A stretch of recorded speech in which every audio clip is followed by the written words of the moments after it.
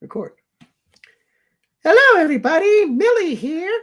She's like, no, I'm not going to do this bit. Yeah, she's like, how dare you? Aw. Hey, guys, I had a little visitor here with me. Up, and she wants to get off. Okay, go bye-bye. Well, that lasted all of 2 seconds. That's awesome. Hey, welcome to the Eternal Watch List. Yes, my kitten was just roaming about the office here, so decided, hey, she could just jump on the camera for a moment. But hey, everybody, you may notice that one of the episodes went missing for a bit. There's a couple very big companies who decided that showing trailers that they put out for free through our YouTube video is a copyright infringement. Which is Don't so know why. ironic because the trailer is like a commercial for the movie. So Yeah. So, I mean, all we're doing is advertising some really good animated films, and they're like, oh, you're using our product. it's not like we are saying, "Oh, don't see this movie; it's bad" in that video, you know. Yeah. And it's weirdly the ones that you probably suspected are the sensitive baby companies. So I won't say their names out loud in case the YouTube robots come after us again. But we're not going to show any trailers today. We'll just show pictures. Can you not strike us down for pictures today, guys? Just posters. How do any of them do the Let's React videos if they're not allowed to react? It's the whole thing that YouTube picks on smaller creators, you know, because they don't have the power to fight back on this stuff. So algorithms.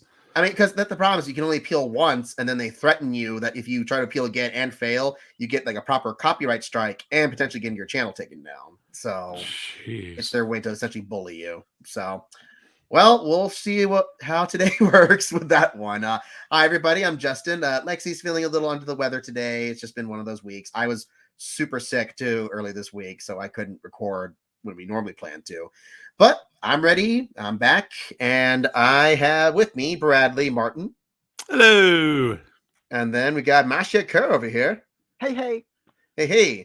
And at some point, possibly, we have another friend of ours who's going to join in, whether how he prefers to be called. But previously on our old podcast that we worked on together, he was referred to as Doggett. So we'll see when he shows up and how we shall address him. But we got some interesting stuff this week because, well, as part of my watch list lately, I've been trying to go through some recent Oscar nominees, and, you know, some have been to good results and some, well, they weren't nominated for everything. So, and you'll see why. But is there any particular person who wants to go first, or would you like me to, guys? You know what? I will go first then. But just before we, I know, I'm trying to be a generous host in that one. Yeah. But, you know, just in general, like everyone's doing okay. Like everyone's been having a good week or two since we last talked. Yeah, I'd say so. Yeah, good. Yeah, no, I've just been teaching. I mean, you know, it's one of those things where now that I've gotten a bunch of the trouble kids out of my drama class, teaching drama is really fun. You know, just doing drama classes. I get a chance to interact with these kids. So fun fact, one of my class periods the other day, there was a kid in there who I guess he's trying to fill out resume stuff because he's just like wanting to do summer jobs and those kind of things. And he didn't know what resumes really look like. So I used that as a teaching opportunity. I pulled up my resume on the computer and showed him how I format a resume. And then we had a nice talk with the class for about 15 minutes about what kind of jobs some of them want to do in the future and how to get them, kind of thing. And it was actually really productive, you know? So it's nice to teach kids who are willing to listen about how they can achieve something if they work hard enough for it, you know? Yeah, it was really sweet. So, yeah, there are, you know, contrary to what people believe, there are kids in this younger generation who actually do want to learn, you know. Oh. Yeah. Some of them, maybe they're not fully mature enough yet to fully process it, but there are kids out there who are really trying. And even in a small place like Emmett, Idaho, which, you know, not known for being a juggernaut of intellectual curiosity and that kind of stuff, but there are good kids there, and I really appreciate them. So if you guys are watching, I love you guys. You're great. So, All right. Well, why don't we talk about something maybe a little less inspiring? So as I said, I've been catching up on Oscar nominees, and the most recent movie to be on my Oscar nominee list for checking this out, and I'm going to present it because I had a shared screen, and now I'm stalling for time until I put it up again, is a movie directed by a Oscar-winning director and quite a few Oscar nominated and winning talent, Empire of Light. So this, I wasn't actually planning on watching this when I did. I just scrolled through HBO Max one day, and it's like, oh, it came out. So I just kind of curiously pressed play. And then that led to me and Lexi just being soaked into it and watching it throughout the entire movie. So this movie is directed by Sam Mendes, who did American Beauty, Road to Perdition, 1917, Skyfall, Spectre, and then a few other movies you probably wouldn't want to talk about either. Jarhead's not the greatest movie. It's not the worst movie either, kind of thing. For the record, I did like Spectre. So I know some people hate it. I think it was okay. So it was just I very. haven't seen that one yet. It was very average. I think was the biggest problem. Like Skyfall was such a great breath of fresh air for James Bond that Spectre kind of fell back on the stuff we weren't really crazy about. I feel like with James Bond, but that's me. I mean, but then that's also the problem that the movie after that was also pretty lame. No Time to Die, which I'm just like, ugh. I haven't seen that one either. Yeah. Oh, so boring. Well, it was me all along. Reveals are, especially 3 or 4 movies in, are so bad. Those are always so disappointing to me. They can be pretty lame. One thing is that there is I always forget her name. There is this woman who plays like a girl who's only one scene. I always forget her name. She's like a terrific actress, and I wish she was actually the main, like the Bond girl or the girl who replaced her. Ana de Armas in the yes. Oh my gosh, because in her scenes she's so amazing, so fun, and I'm like, why she cannot be the one who actually replaced Bond as the agent in the movie, because she was so much more interesting, as a she has like 2 scenes, and she was really good in them, and then she just leaves and never shows back up again. because I will say this, just Bradley, she like played this mixture that like she feels like she's almost clueless, but at the same time actually also really like super competent. So she like this strange between, and actually it's so fun to watch. It's like this really cool combination. But now let's get to the Empire of Lights. Yep, and they rewarded Ana de Armas recently by giving her an Oscar nomination for that terrible Marilyn Monroe movie. So I haven't seen it yet. Yeah, now, this is a cool year, though. Anybody, anywhere can make an argument for an actress that should have been nominated because Ana de Armas was nominated. So that's kind of fun. Not just her, but that whole Andrea Riseborough nomination, where for a movie that literally nobody watched except for like a handful of people, that she ran a grassroots campaign and got nominated for an Oscar. So yeah, it is possible for any movie to be nominated. Case in point, Empire of Light. So what is this movie about? What's this nominated for, real quick? So yeah, this movie only got 1 Oscar nomination for cinematography. Okay. And I'll explain why. So the movie follows our main character here, played by Olivia Colman, who, Olivia Colman's awesome. She's a great, great actress. So she works at a movie theater right around like 1981, I want to say. And she is, a little bit of an older woman. She deals with mental health issues every now and then, not to just put it lightly, but that's the thing where she's trying just very hard to keep it under control. She's involved in an affair with her boss, played by Colin Firth in the movie. And one day a new employee gets hired at the theater, played by, I got to look up his name. He's a relatively new actor. And I know I recognized him because he was in this movie called Blue Story that came out in England. That was, a nice little indie hit for a movie that was made by a rapper, essentially. The guy's name is Michael Ward. And, he's a young black actor in real life, but he's a young black guy in this one where he's charming. He's very nice. He's very charismatic. And she kind of develops a bit of feelings for him. And it's hard to explain the rest of the plot without giving huge spoilers. But that's also to say it's hard to explain the rest of the plot because this movie doesn't really have much of a plot, unfortunately. So here's the thing with this movie. This movie feels like Sam Mendes taking a mental break after directing a bunch of plays and action movies, because it's incredibly small, slice of life, watching people do things kind of movie. I will ask a strange question. Does it feel like very French in the sense that, it doesn't have a story, just characters showing their everyday life, moving forward? Like it certainly wants to be that kind of movie. It like feels like or something like that. Yeah, like it feels like it really wants to say something, because it deals with, like, here's the thing. So you got the mental health issue stuff with Olivia Colman's character. You have very intense racial discussion stuff with Michael Ward's character. You have the stuff with the affair with Colin Firth's character. You have supposedly this love letter to movies by having it set in a movie theater and name dropping a bunch of famous movies now and then. You have this other stuff with Toby Jones's character, who is a guy who helps run the projector at the theater. You got some other stuff with the other characters. it's a movie with a lot of ideas and themes, and yet it doesn't really have any idea how to balance them at all, because they're just discussed. There's not really a point. It kind of just happens, and then you move on to other stuff, and you never dwell with them long enough to have them make an impact. It's kind of upsetting, because you're just like, man, it feels like this movie could be really, really interesting and have a point to say if it stuck to maybe one central topic. Because when I say it has those themes, it feels like they just kind of bounce to them. Like there's no organic flow. It's just, and now we deal with her mental health problems, and now it's a romance story, and now we go back to the racism stuff, and then we go back to the mental health problems, and then we go back to the racism stuff, and then we do something else for no reason. It's rather odd the way that's, and part of it is because Sam Mendes, as opposed to his other movies, he's the only writer on this movie. Okay. And I think he's not quite as talented as he thinks he is as a writer. He's a great director.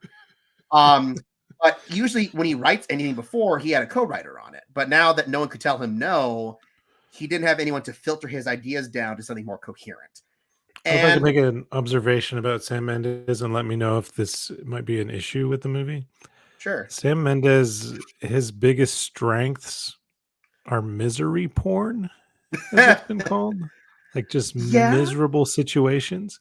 And I've always heard that the co-writer would come in, whoever it is at the time of the script he's on, and they'd say, what about a little hope here at the end? And, you know. Yeah. Well, that's weird, is that this movie's not really a misery porn movie. Oh, It does have very dark elements to it, like where it'll sometimes really dwell on the stuff about mental health problems. And it's trying to find a hopeful message through it. But those hopeful messages feel at odds because you don't care at some point about what happens to these characters. Yeah. Olivia Colman's character, honestly, is kind of unlikable in the movie. And not in the way where, like, you know, because she's played unlikable characters before, like The Lost Daughter on Netflix. She was incredibly unlikable in that movie, but she was fascinating to watch. You just couldn't stop paying attention to her. In this one, she's just, you know, I don't want to say dismissive with this, but she's a lady with bipolar, you know? She's not terribly unique about it, and she's actively engaged in an affair with her boss. And even then, by the time she actually confronts that point, she does it in such a dramatic, over-the-top way, like a person who's mentally unstable would, that you kind of start to lose sympathy for her. Because it really, I don't know what it is. And I can't blame the actor, because Olivia Colman, as she always does, gives 150% to this role, you know? Like, she is performing it to the best of her ability. She's just stuck with a rather kind of boring character to deal with than this one.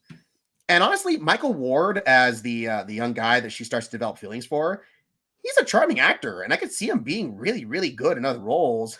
But he's kind of, I read a review that said, without it, it's not what you think, but talking about how he's kind of a sacrificial lamb character based on how the topic of racism is dealt in this movie, where something has to happen.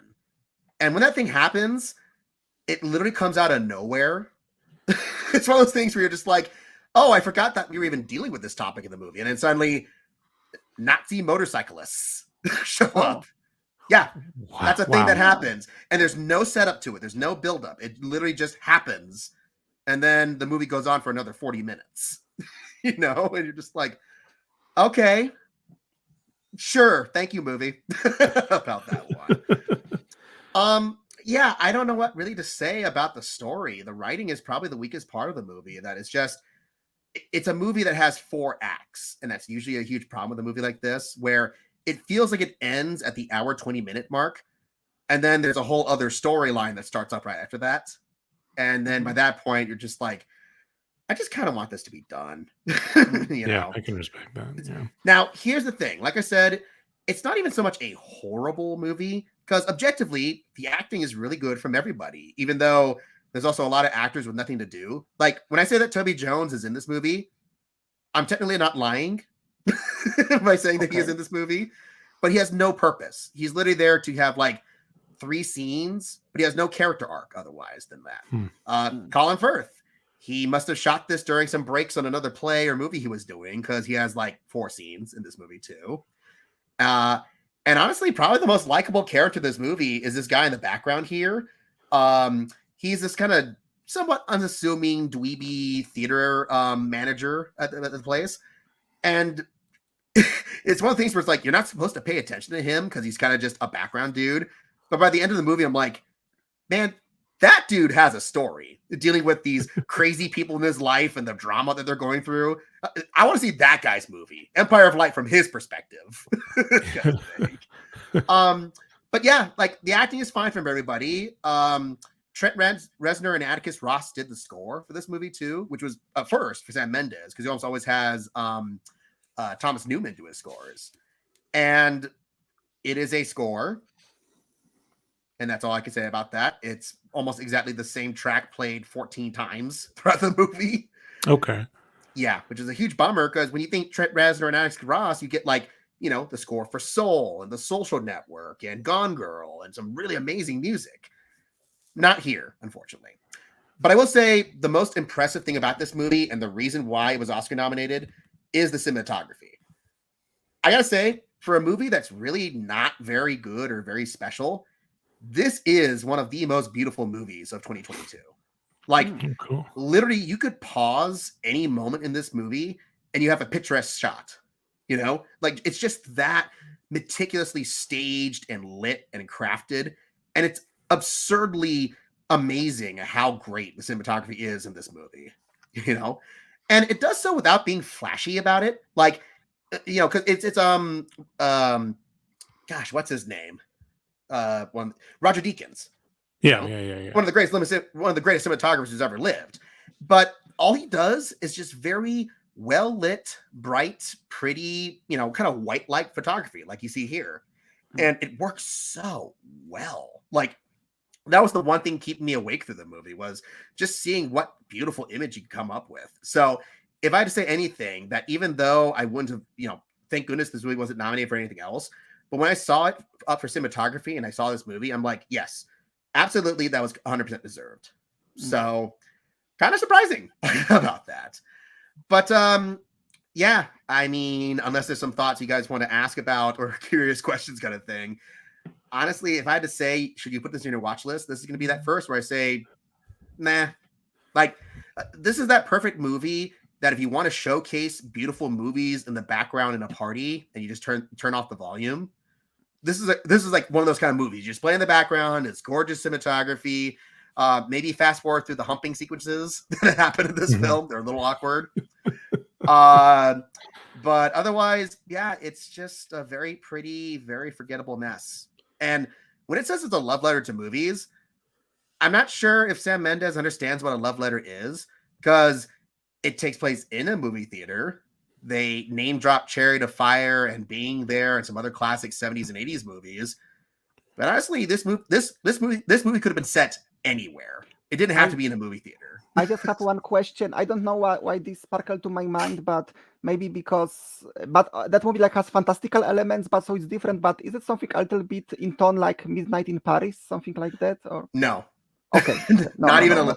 And see, that's a problem. Like, I would love to say yes, because Midnight in Paris is just such a whimsical, sweet. Yeah, that's what I'm movie. saying, because like in Midnight in Paris, even if you like take out the fantastical element, you know, of time travel, it's still like, you know, just the tone, the way it moves, you know, it could be just about a guy hanging out with his friends in a bar. You know what I'm saying? And it would be, you know.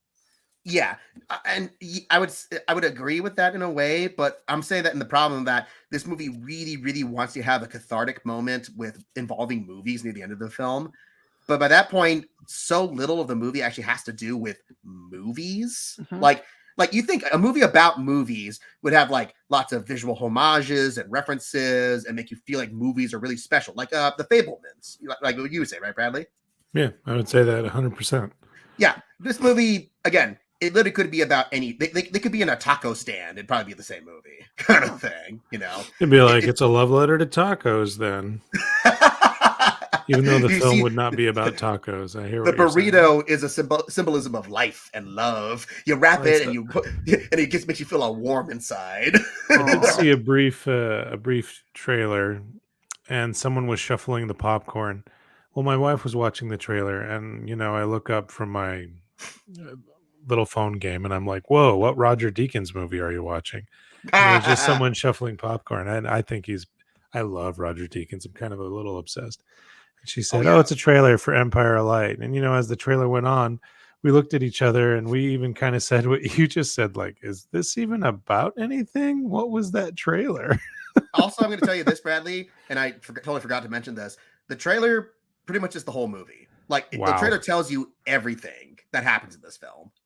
I was kind of shocked Whoa. because I watched the trailer afterwards. I'm like, oh my gosh, they showed every major plot point except for the stuff with the Nazis. Like almost literally the entire movie is in that trailer. Wow. I hate when they do that. I know. Well, that's the problem. There's so little plot in this movie that they had to strain to show you something in it. Yeah. Okay, respect to the trailer. Yeah. then, And so it's one of those things where like I feel like I'm selling up the anger more than I actually am angry about this. It's not a terrible movie, but there's literally no reason why you should watch it other than to look at really, really pretty photography in this movie. So Well, yeah, pretty. it's very pretty. Like I was actually kind of amazed. Like there's certain shots, like some stuff that he does in this movie with shadows. Like, like you remember in Skyfall, there's that great silhouette fight with the jellyfish thing where it's all him and the other assassin fighting and they're completely in silhouette the entire time. Yeah. Like Yeah, he does of some course. shots, not fight scenes, but silhouetted shots like that throughout this movie that are just gorgeous. Like really, really pretty looking stuff. So Nice. yeah, but that's just it. That's just a bummer. Like I wish I could be more excited, but yeah, it'll probably be a contender, and it'll be happy to lose to All Quiet on the Western Front for cinematography. But Well, there you go. Yeah. yeah.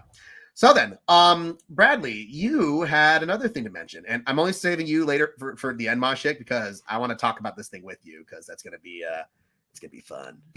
Yeah, absolutely. So Mine could be Bradley, fairly quick as well. Yeah. yeah. So about 6 years ago, I heard about this animated film, Japanese animated film coming out called Penguin Highway. That's all I knew about it. And this is the one, Penguin right? Right here? Highway. Let's take a look. Yes, that's the one. Okay, good. And penguins are just the tip of the iceberg. Like that's all nonsense. That has nothing to do Bradley, with did anything. you write that? Yeah. It sounds like me, right? It's a pun. Don't you get it? It's a pun. So, this one I had on my watch list for a long time. It was playing in select theaters in Canada, but all of them were like hours away from where I lived. I'm like, I'm not spending that much on gas to see a movie. Womp wah. So 6 years later, I see it on Crunchyroll, and I'm like, oh, hey, I'll watch that. Check it off the old list. So this is a film directed by Hiroyasu Ishida. He has an animated film on Netflix called Drifting Home, very similar to this. Mhm. Now, Penguin Highway, this little boy named Aomakun who lives in a village on an island sees a bunch of penguins just chilling out on his island. And everyone in town's like, that's odd. And much like any odd thing happening in an anime, people go back to work and they don't care. But he wants to get to the bottom of what's with all these penguins. So as he investigates, because he's a pretty smart kid, very intelligent, he discovers that these penguins might just be related to the odd woman who's in the poster here, Mhm. who also works at the dental clinic. Now, this film takes some very peculiar turns. It's a coming of age story, but I'm not sure who it's for. There could be a lot of canyons of cultural misunderstanding between myself and what this film is trying to say. Like maybe there's stuff about living on this particular island in Japan that I just don't understand. So whenever the kid has an epiphany, while other audiences might be like, wow, my trifling self, an almost 40-year-old adult male living in Canada where I walk to the post office. I'm like, what the hell does that mean? What is this epiphany? The world is a penguin highway? He just said that and I'm supposed to be in awe? I don't understand this movie. I don't know why, but when you say that, I just think of life is a highway. Yeah. But if I could just insert penguin in there as well. Life is a highway, a penguin highway. March all night long. Yeah, this movie would probably cross barriers if Morgan Freeman narrated it for sure. Yeah. Oh yeah, that might improve it a little bit. So he discovers the truth about the penguins, and the truth he discovers is a very insane, but in almost like an interstellar kind of way. I'm not gonna spoil it, but what a peculiar explanation. And this kid is supposed to be 12, I think. Okay, because I'm curious because I looked up the Wikipedia article here, and one of the things that it said as a cross reference, because this is based on a book too, apparently. Yes, it is. Yeah. A movie that they reference as similar or inspired by this is Solaris, which I'm like, what you just said makes more sense now that I see that on here. I'm like, wait, Solaris how is a does? much better example, actually. Yeah, but like that's what I'm saying. Like, how does like that relate to this movie at all? It really knocked me for a loop because I thought it was going to be like this photo you posted. This is cute. Yeah. Oh, cute. A kid found a penguin. What a cute fun. And this kid would be all like, how'd this penguin get here? What is the relationship between me and the space-time of myself that is my past and my Oh. future? And if my future self could speak to myself, what would it say? And I'm like, what kind of heavy crap? And then the penguin would be like, whack. Like, what is the lane this movie is picking? No. But when the penguin went, wah, did he like, and this gives me understanding of my soul or something like that? No. Maybe. I feel like the penguin just said Murph, like Matthew McConaughey. Yeah. It's Wow, not bad. I did not expect that when you mentioned this movie. It's absolutely not bad at all. I kind of built it up too much in my head. I thought it was going to be like one of those Your Name moments where I'd finish watching it and I'd say, I will cherish this film forever because I loved Your Name. That made my top 10 the year that came out. But it's fine. Do not, if you have friends or family that don't watch anime, this is not a good first step into anime. It's bizarre. The kid at one point when he's contemplating life, he says like this random thing like boobs are interesting. My mom has boobs. The cafe lady has boobs, but I only like the cafe lady's boobs. What's that about? I'm like, I have that a is an question.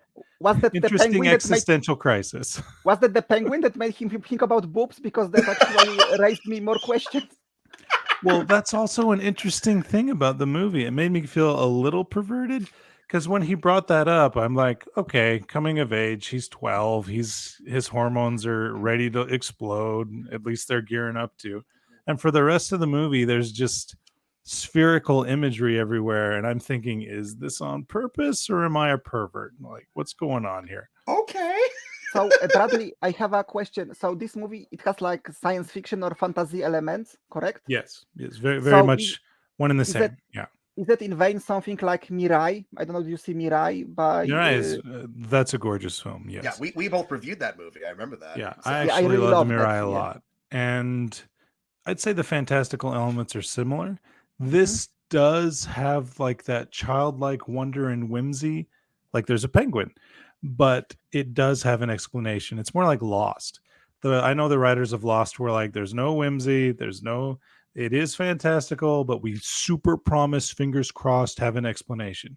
And for better or worse, this film did. That didn't kill the magical childlike wonder by any means, but the explanations it provided were very much uh, Einstein on a bender, I suppose. Okay.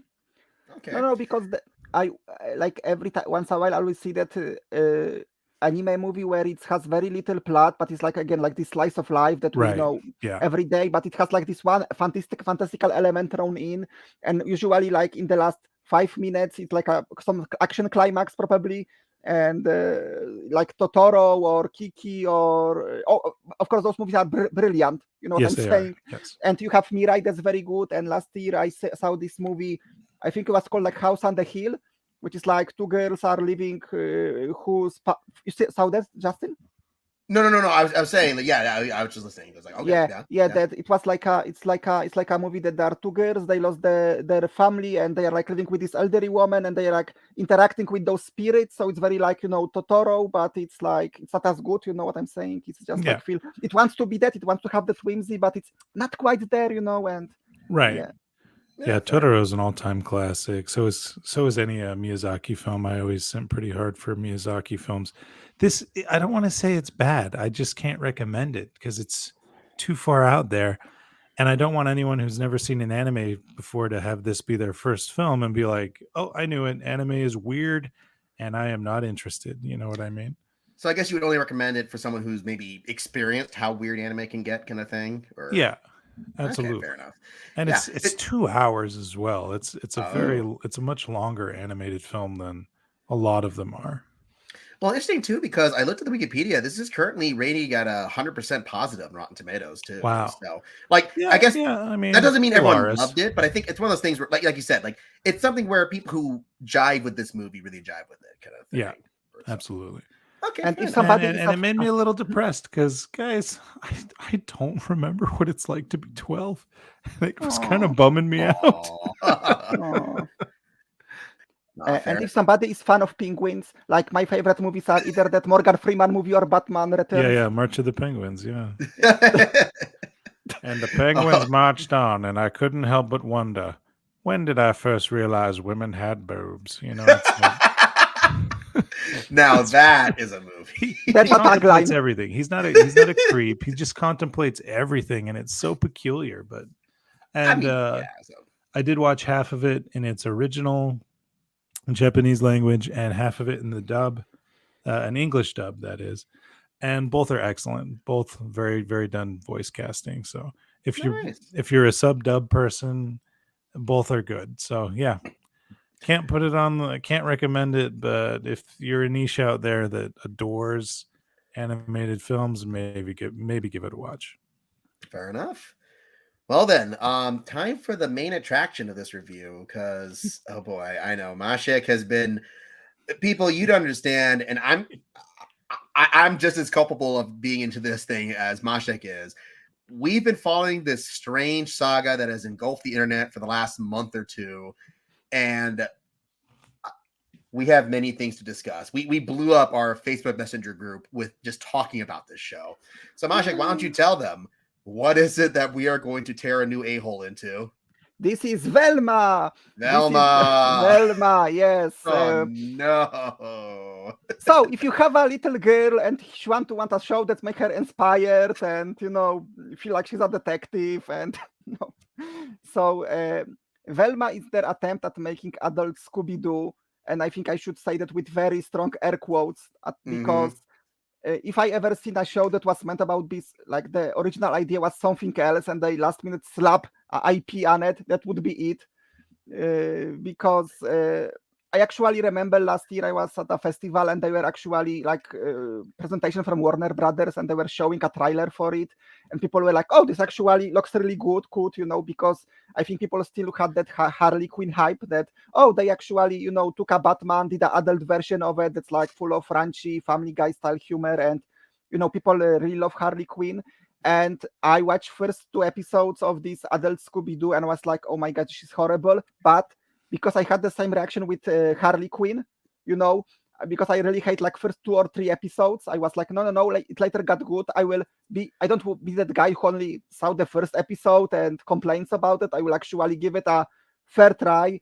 And after 6 episodes, I was like, well, okay, I'm gonna watch this to the end because what the heck? But to at be that honest, point, it's a sunk cost. You've invested so much into it, you have to finish it. Yeah, but like at this point, I also, but much like that penguin Bradley was talking about, this show made me have a realization is that I hate life and everything it stands for, and I'm a masochist and pseudo-masochist, sorry, and yeah, because this show.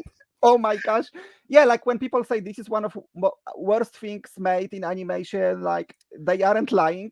I see that point because I don't know. I there is something like you watch a movie that's this is a show obviously, but you watch a movie that's bad and you have like sometimes this reaction of, oh yeah, it was bad, but whatever. But there is sometimes you have a movie you can see that was so much money invested in it and so potential in it, you know what I'm saying, and so build up to it that you actually more angry. Because wow, you actually had idea that was good and you wasted it and you had talent and potential. And this is something like this that because when they were hyping it out, I don't know. I'm trying to get my thoughts even now. You know what I'm saying? Here, let me help you out here. Yeah. Because so the main thing with Velma is that yes. So as Maciek was saying, this is essentially if you try to do the Riverdale formula with Scooby-Doo, which they overtly call out at one point in the show, because it's full of meta jokes. And when I say meta jokes, I don't mean jokes in that they have punchlines and they're funny, but just that they say things that are in the real world or observe things that are tropes. And that's pretty much as far as the joke goes in that one. They just go, hey, if this were a romantic comedy, we would do this. Yeah. And that's the joke, that you did this kind of thing. Yeah, I mean, I wanted to get to this later, but I can say now, this show is actually a good example how not to do a commentary. Yep. Because even few people I know who were defending this show were like, oh, but it has all this commentary. Yeah, but I think there is like a difference. I know, for example, something like South Park, okay? But even like Family Guy, you know, at least those shows. Okay, I'm gonna go be as good sport and give this example. Let's say one of those shows would want to make fun of people from Poland, okay? Then they actually would, oh, some people from Poland comes to South Park and they are all alcoholics and they are all idiots. For example, you know, or if Family Guy want to make fun of people of Poland, then like Peter will go, hey, this reminds me the time I went to Poland, and then we have like a scene there, and this show, like their entire commentary would be just Velma going, you know what's really stupid? People from Poland. Like that's you know what I'm saying? Well, and that's because there's two major things as to why those kind of jokes happen. One, this show boils everything down to race. Like literally, so many of the jokes are, man, white people are evil, and there's not even a commentary to it. It's just pointing out how dumb and stupid white people are. But then no other race is safe because they make fun of Asians, they make fun of Latinos, they make fun of Indians, which Velma is an Indian, and yet they keep making fun of Indian stuff like that. It's a really racist and mean-spirited show in its efforts to not be. But the point too being on that one, and I want to lead this to what you were saying, Maciek. Velma is just an incredibly mean-spirited person. Like almost everything wrong with this show is Velma herself. Like she is maybe one of the least likable protagonists in any show I have ever seen. You know, this is actually one of the things that made upset me and many people who not even defended this show, but you know, one choice people obviously got upset about was that, oh, they race swap Scooby-Doo characters. And I was actually defending this choice because my point is that, and I don't want to go, oh, I work in animation, but I actually understand this from like marketing perspective and like just being responsible, is that you are making a version for adults. So obviously you have to make some changes to the design. So nobody will actually mistake this for episode of normal Scooby-Doo, you know, and leave his kids watching this on TV. So I understand the, you know, how to change looks of the characters. So hey, let's race swaps them in this particular scenario. Okay, that's cool. And I also was defending there is no dog in the show.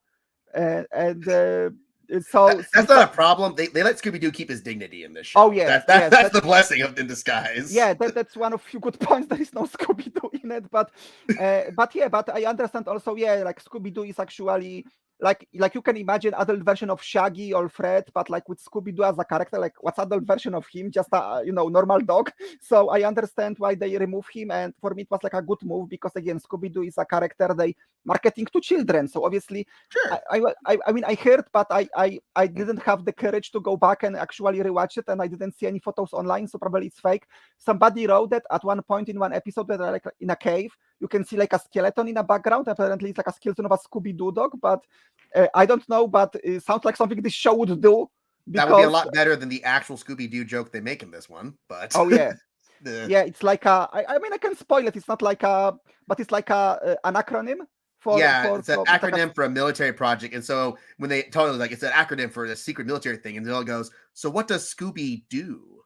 Yeah, and I mean the first one it was okay, but I think they later do it again, so it was like, okay, you are beating this joke to the ground, but very quickly, which happens a lot in this show.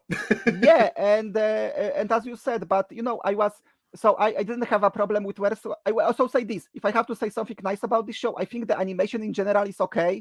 And it's okay. Some of like Velma's hallucinations she has, I think those are cool. And I actually, honestly, I like the design of Velma. I think it's actually most of the designs are just decent, and like her is, I think, really good.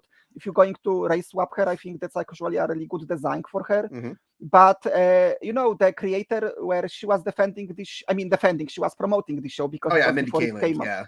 Yeah. So she was saying like, oh, you know, I always related to Velma, and which, by the way, she said stuff like, okay, I know you didn't watch the show because you say stuff like, oh, because she's always underappreciated in the group, and she was always when she was underappreciated, like, You mean but okay. Velma, the smartest person in the group, the person who actually solves the problems in almost every Yeah, version of Scooby-Doo? but like the point she was making, like, like there is nothing about Velma that's connected to her skin color, and like people who were like at the time, defending this show before it came out, in the sense like, oh, it's only people who are racist who have problem with this show because it's another example, like Black Ariel and stuff like that. That, oh, people are jumping on this show because it's race swaps character.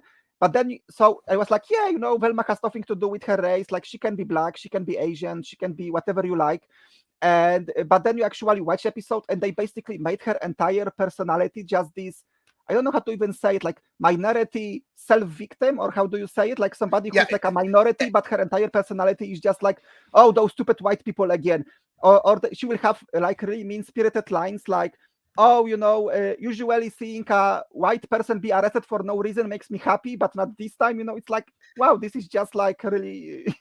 Again, it's the two things that she boils everything down to race. All of her commentary is just white people do this in a lot of jokes. But then also the fact that outside of that, she is a really mean, nasty, selfish, narcissistic, materialistic jerk, no matter what her skin color is. She is a and it's not even in the person. sense. Yeah, but it's not even in the sense, like, for example, again, like Cartman in South Park, where at least that's the point that he's a racist. Everyone is aware that Cartman's a jerk in South Park. Yeah, that's how they get out. Actually, I remember the creator saying this, that, this is how we get away with Cartman, because every time he says something anti-Semitic, you have Kyle next to that reacting to him, like, oh, dude, that's not, so. Yeah, that I have a question about that. Is Velma aware that she kind of sucks? No. Does she ever have that epiphany? Because even only Daria once or twice. Some people have been like, well, I mean, I guess she's kind of like Daria, but I always kind of pause them and go, Daria has so many self-reflections throughout that entire season.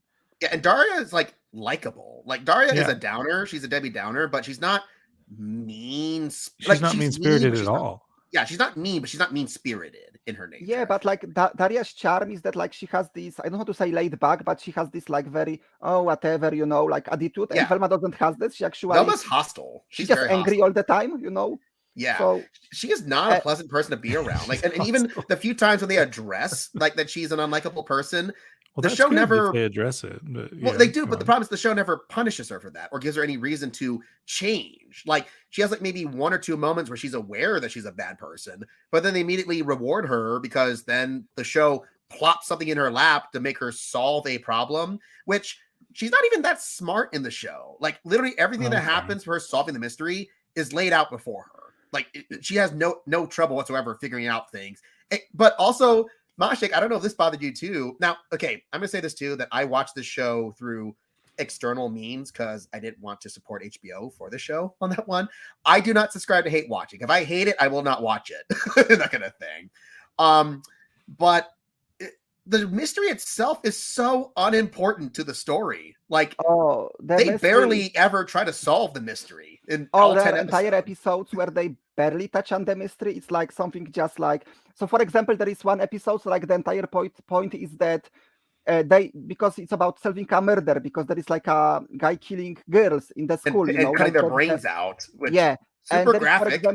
For example, there is like one episode like Velma has to go to this party undercover, so she dressed up as a man, which I will say was actually probably my favorite episode, just because that was okay.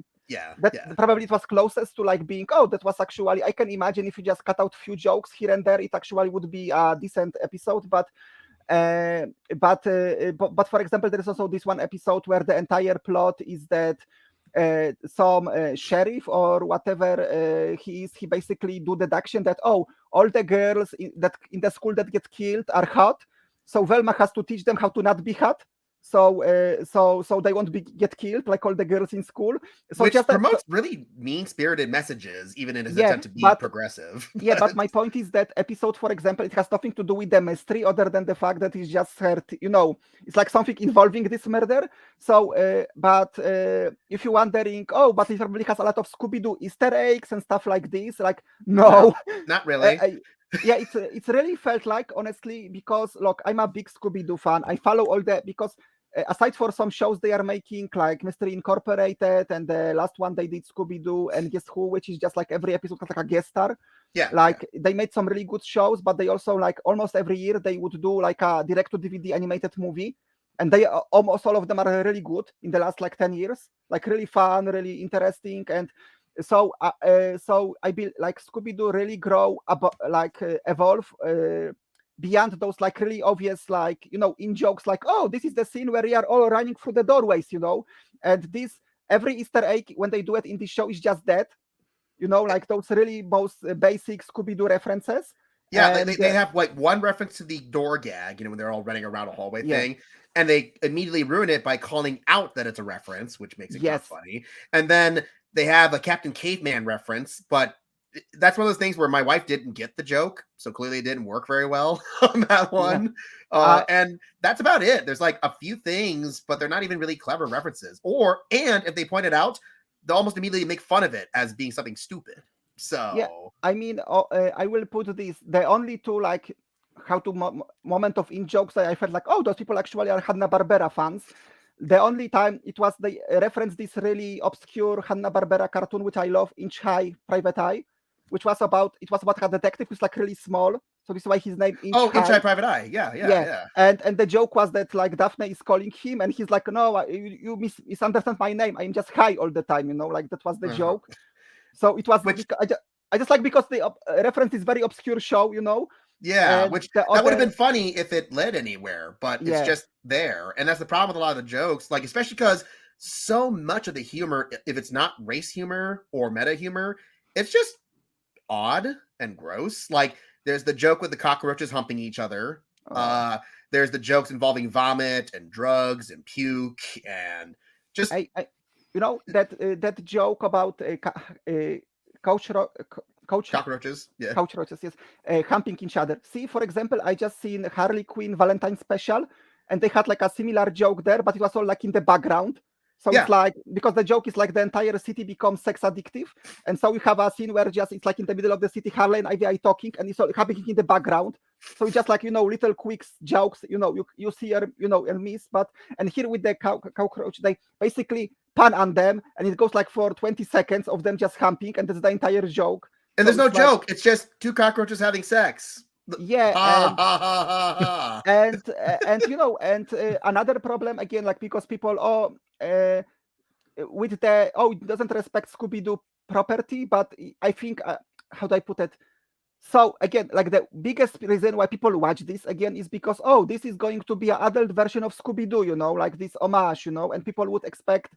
And for example, the characters in the show have very little to do with the original.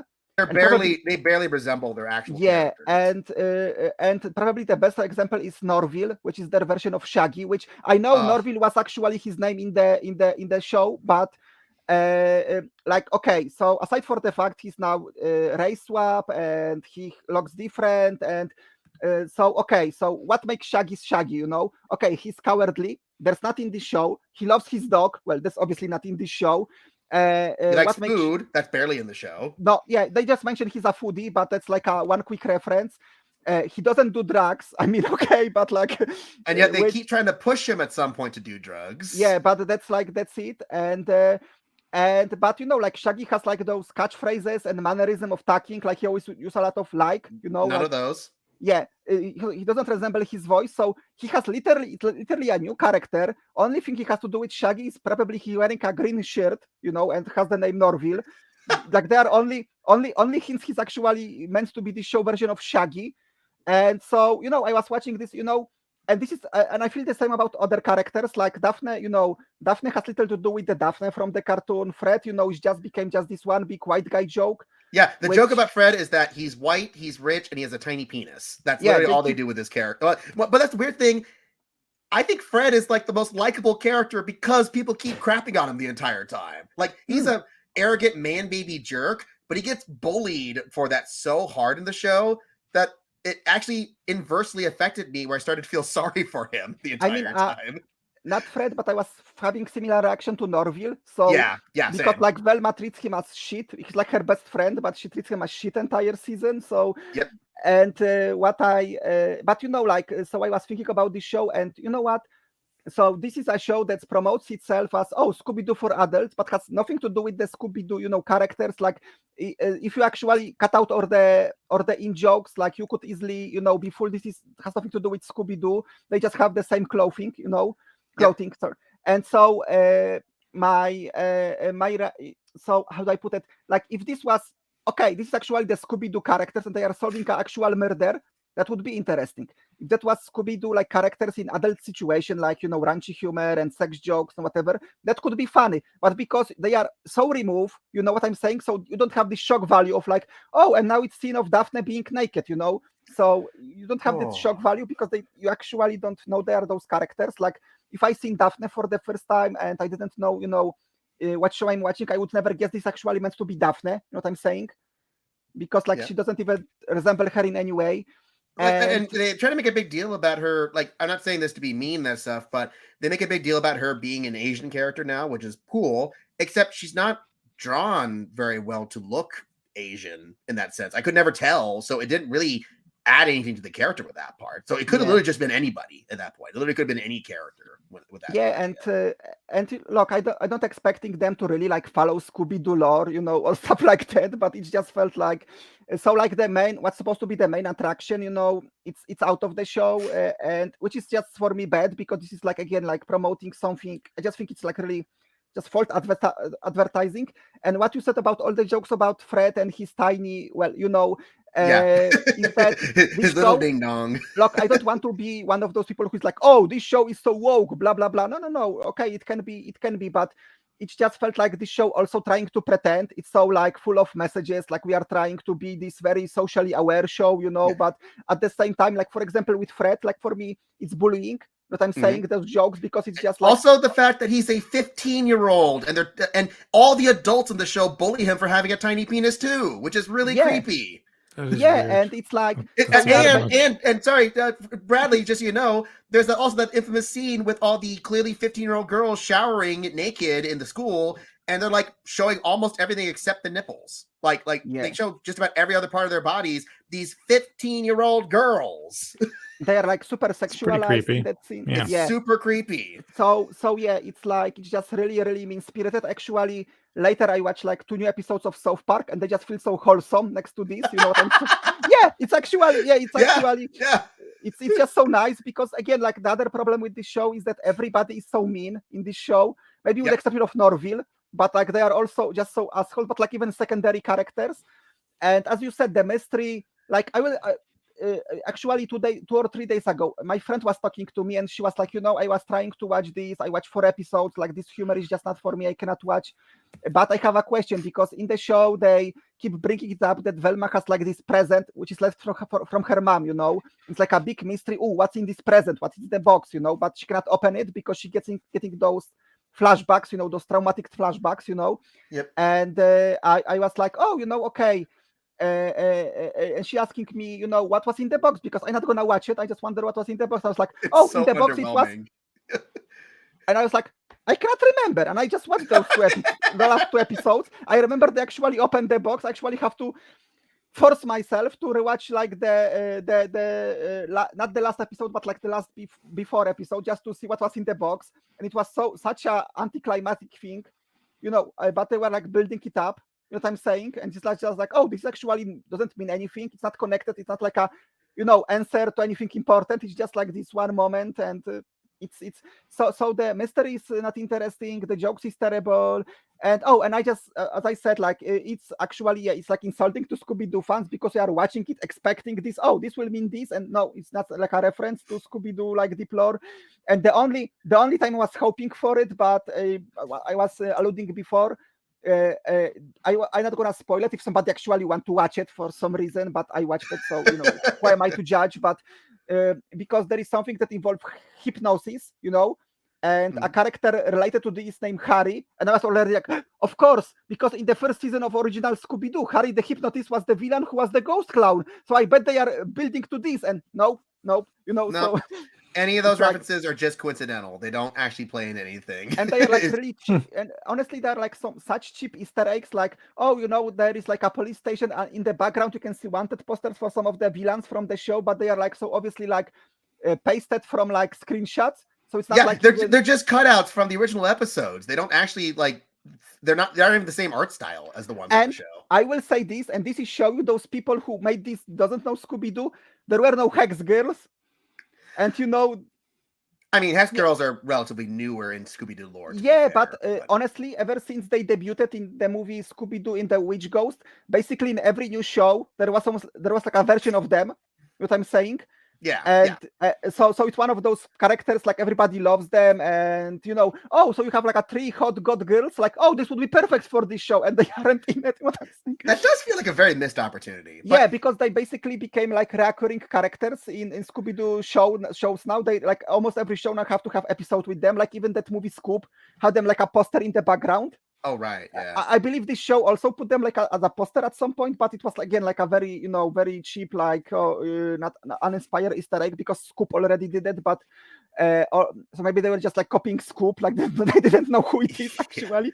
But what was really insulting is that it's probably no fact that Warner Brothers had to cancel some shows, and 2 things that were canceled. That the fact this is made, this is this is made, and those aren't.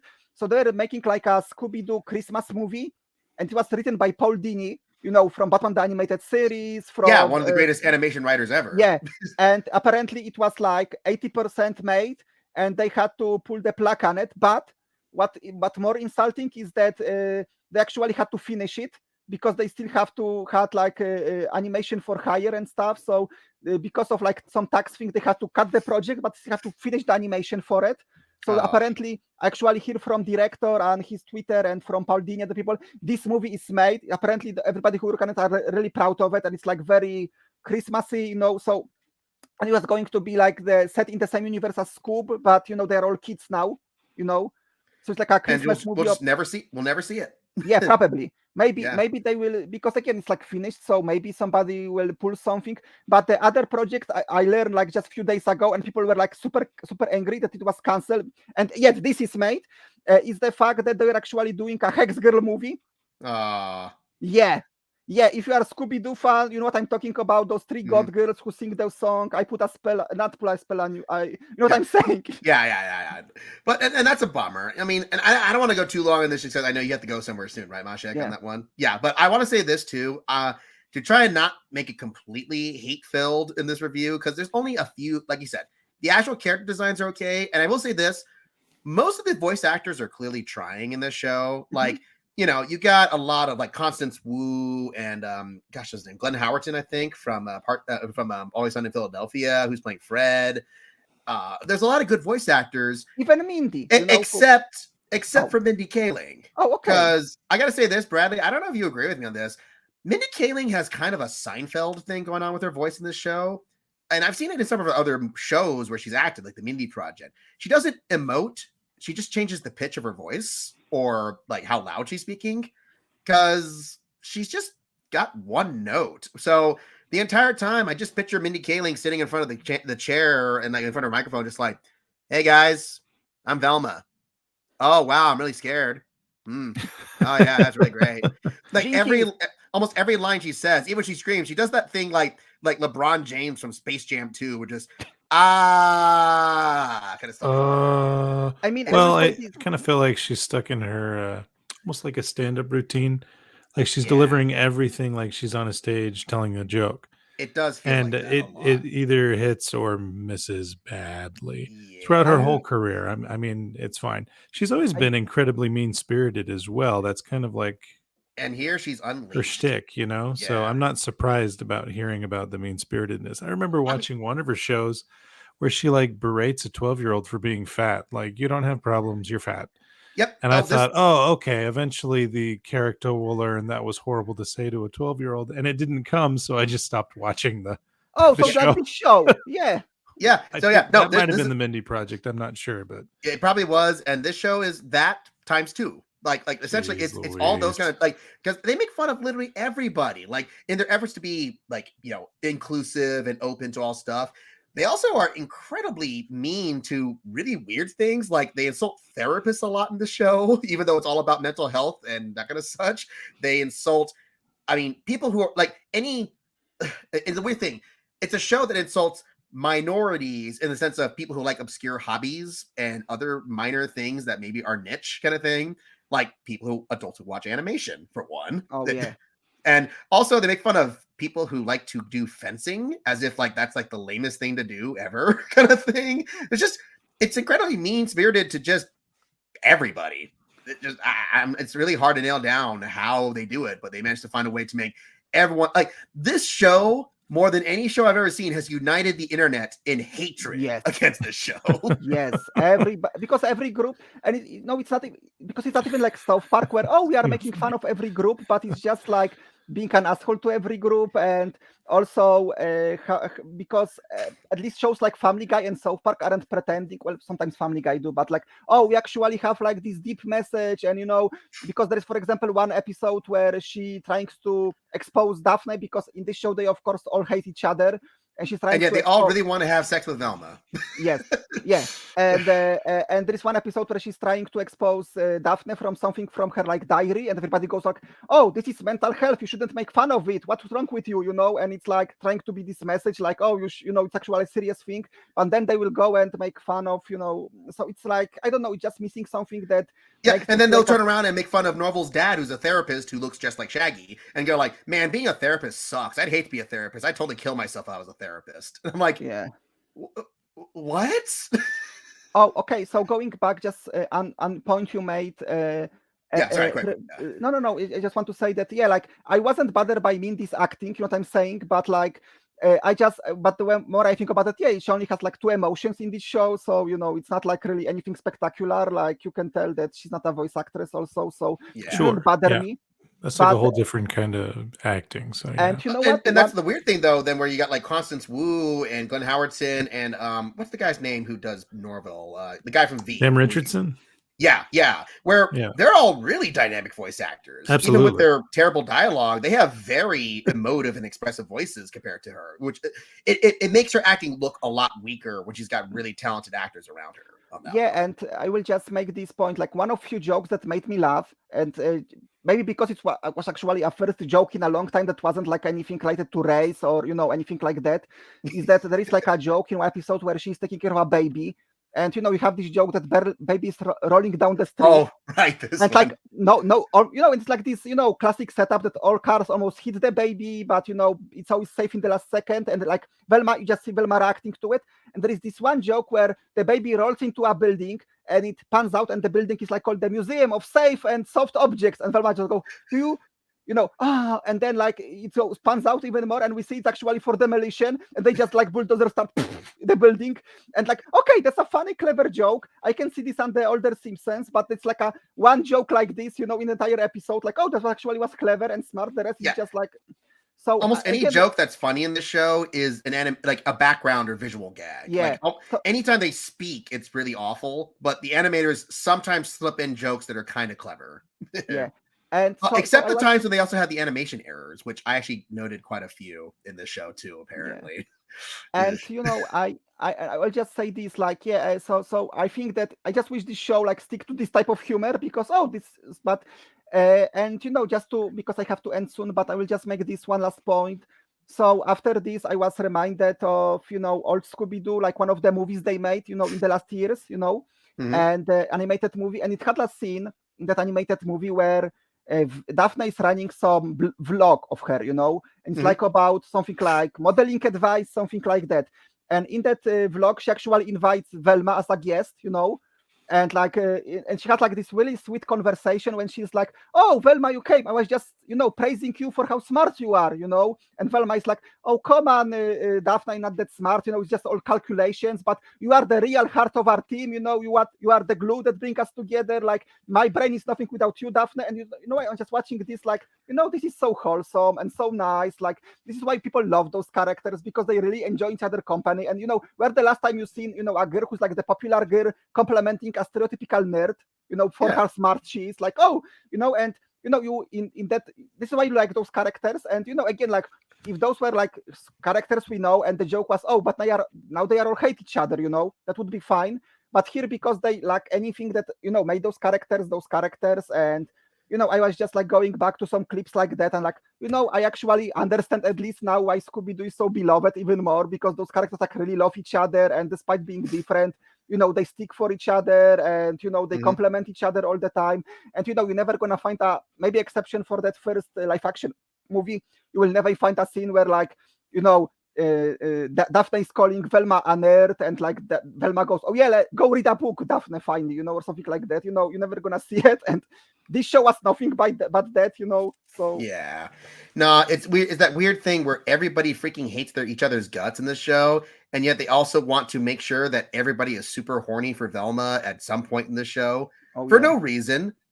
But like they're all, it really just feels like Mindy Kaling wrote fan fiction for herself, which was really I mean, if I have to guess, because I heard those rumors, is that apparently this was just pitched as a Mindy show, like about her in high school solving mysteries, and then like somebody told her at Warner Brothers, "Oh, nobody want to watch that," so she just went, "What if it's about Velma actually?" And I can imagine like basically I can imagine they were writing those episodes not even thinking about Scooby-Doo. They're just like, "Oh, we have just think about new characters, let's write them the way we want." And then like the last minute, like during storyboard session, we're like, "Oh, let's just throw in those two references to Scooby-Doo, so people will actually think, oh, this is actually a Scooby-Doo homage." No, it's not. It's terrible. I think it's treated to the fans. Like I think people who were upset are rightfully upset. And if you're somebody who just watched like the first 2 episodes and like, "Oh, maybe I'll give it a chance," it doesn't get better. Like it's maybe there's like a one episode that's like a watchable, like more watchable than others, and that's it. Yeah, episodes 6 and 7, they were written by a different writer, and those were like the only episodes I didn't fully hate, but they didn't last. They didn't last very long. So that's the problem. And the mystery sucks, and all the answers are some underwavings, So yeah, they're really underwhelming. And then they have the big tease, like, stay tuned for season 2. I'm like, yeah, sure, but it's going to be made, so that's it's gonna happen whether we like it or not. So and yet the Hex Girl movie is not. So so thank you. I think you all hate watch that into existence. I avoided this completely, and I'm blaming everybody else for its renewal. Yeah, well, to be fair, I watched it after it got renewed, so by that point, nothing I could do any more damage. That's fair. Yeah. But that was the thing where I watched it because of someone else who had access to it, so that way I didn't have to give my views to it. But yeah. So Maciek, would you recommend this show? Well, if no, okay, I don't remember the name. It was like a few weeks ago. There is this British YouTuber, and I think he made the best point. I'm gonna repeat it. I'm sorry, I don't remember the name. Who was it? It was like long ago. I wish I give you the credit, but basically he said it like this: this is a show that when America will have its next war, they should DVD of this show. They should parachute them at the enemy line. So when people from the other side would watch it, it will totally kill their spirit to fight us. However, it can backfire, because if they think that this show represents what America stands for, they will fight to the last man just to not be conquered. so but yeah, it's not for body. It's really bad. Like again, much like Justin, I just watch it thanks to somebody else. So yeah, I even didn't give it the. So yeah. No, I cannot recommend this show. This show was absolutely don't watch miserable. it. Like this represent everything wrong with animation. I just hope that at least shows like this maybe will be like some wake up point for some studios. Like, oh, let's not go this way, because with and maybe like what I'm saying. Like no, I love the. Like thinking of that, I love all of the fan animation that's come out of this, of people trying to fix this show.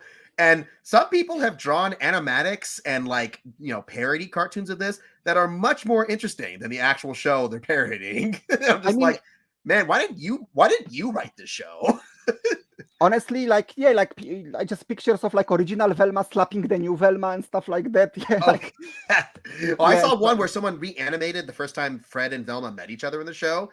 And the way they wrote it was way more nuanced and more like believable, where it's like, yeah, it still retained what happened in that scene, but if they wrote it this way, the characters would be much more interesting to watch if it wasn't. You have to post it to me actually. Yeah, I'm going to show you that one. It was a guy essentially redrawing all the storyboards to make it where, okay, Fred and Velma are less hateful in this scene, and that's what makes it more interesting. Okay.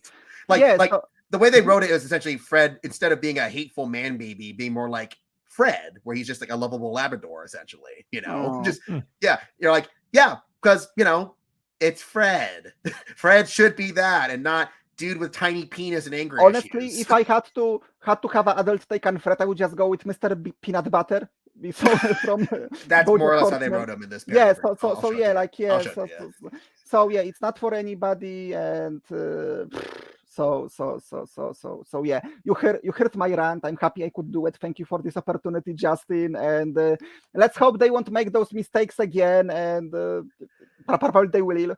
But again, it's not like it's just it's one more time. It's not like Harley Quinn, because at least for me, I know Justin, you don't like it, but with Harley Quinn, I watched like first 3 episodes. I really didn't like it, but I was like, okay, we're gonna watch 2 more, and it actually got really good, Yeah, So Harley Quinn at least felt like it was trying to do something. Where I this mean, one, with yeah. I mean, with Yeah, Harley Quinn, even if you don't like the humor, at least you have the layer of the joke of the fact that these actually are characters we recognize from Batman. So either they are like have their personalities or like bounce from a joke. Like for example, Commissioner Gordon, like his entire joke is that he's very depressed and meaning needy of Batman. Like, oh Batman, please stay with me. Hey, we hang out. Let's go bowling. So yeah, but at least that's something based on something we know about Gordon. And here there is none of that. Like, oh, now Daphne is a drug dealer. Like, and they will like throw in a in joke that one of the drugs is named Jeepers. It's like, oh wow, what a fantastic yeah. All reference. the catchphrases from Scooby Doo are drugs in this universe. Do you want Zoinks or Jeepers or Mystery Machine? Yeah, and oh, by the way, they actually at one point made and I totally forgot about it. They made like a Jinkies. It's like a message from her mother in one episode, and I don't remember did they actually made like what it is. I don't remember honestly. They probably explain it, but if they explain it, I have no memory. They it's just a phrase. It's just a phrase she said. Yeah, there's no point to it. They made like a big thing that like she find a message that say Jinkies. And like Jinkies, what it means, it's like, and wow, I wonder what they're gonna do with this. Nothing. Nothing. Okay, so I have to go. I finally let off my hate. I have to go for a walk now for 2 hours to let it. Yeah, so don't watch Velma. It sucks. It's unless you hate life and everything it stands for. So yeah. No, that's pretty much all I have to say about that too. It's just terrible. okay. I know. So we I have spared you guys the worst there. So yeah. So thank you guys very much for catching up with us. And very quickly, I know we promoted a lot of stuff with you, Maciek, recently. So you got your comics out there, you got your cartoon shows. Go support his stuff on Netflix if you find it, people. That even though it's in Polish, it's totally worth watching. Very, very good stuff. Yeah. Kaiko and Kokosh and Delicious, it's on Amazon. Yeah, Delicious. Yep, absolutely. And then Bradley, we know you from your podcasting. Yeah, that's right. Oneofus.net. You can listen to me talk about movies. Yep. And you can find me here. We'll have something else next time. I actually have a few things on my docket that I'm hoping to talk about in the next time we record that I'm really excited about. So, all right. Thank you guys. And we will get going. See ya. Bye. Do widzenia.